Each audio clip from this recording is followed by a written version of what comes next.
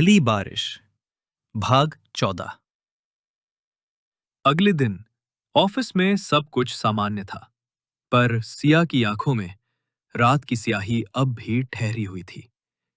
Computer screen के सामने बैठे बैठे उसकी आंखों से चुपचाप आंसू बहने लगे। रिद्धान धीरे से उसके पास आया। रिद्धान, सिया, सब ठीक है?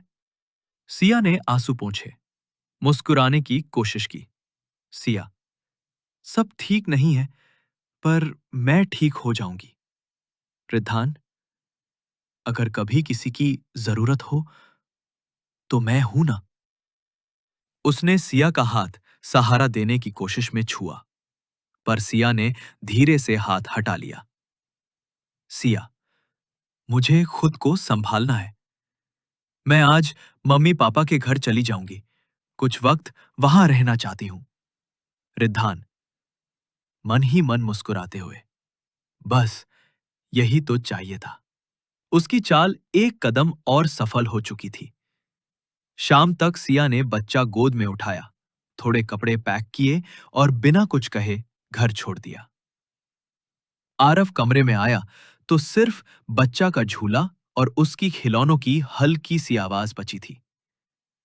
अगले दिन आरव के ऑफिस में एक पैकेट आया। कोई नाम नहीं, बस भीतर तलाक के पेपर। आरव ने खोलकर देखा। सिया के दस्तखत थे। उसकी उंगलियां कांपी। क्या ये सच है? क्या वो वाकई अब नहीं चाहती ये रिश्ता? आरव के दिल में सवालों का शोर था, पर जवाब में सिर्फ वही तस्वीरें थीं, वही झगड़े और सिया की वो बातें। शायद वो अब सच में मुझसे दूर होना चाहती है। मन पर पत्थर रखकर उसने कलम उठाई और साइन कर दिया। रिद्धान अपने लैपटॉप के सामने बैठा था। आरव के साइन किए हुए तलाक के पेपर्स की तस्वीर उसकी स्क्रीन पर चमक रही थी। उसकी आंखों में जीत की चमक थी और होठों पर एक क्रूर मुस्कान। एक और चाल पूरी हुई। अब अगला खेल शुरू होगा, आरव को सिया से हमेशा के लिए अलग करने का। दरअसल इन पेपर्स पर सिया के जो साइन थे वो असली नहीं, रिद्धान के बनाए हुए थे। सब नकली था। एक चाल, एक जाल।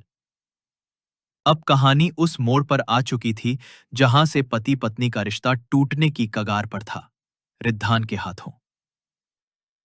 अब इस रहस्य का पर्दाफाश अगले भाग के लिए चैनल को सब्सक्राइब कर ले और वीडियो को लाइक शेयर जरूर करें।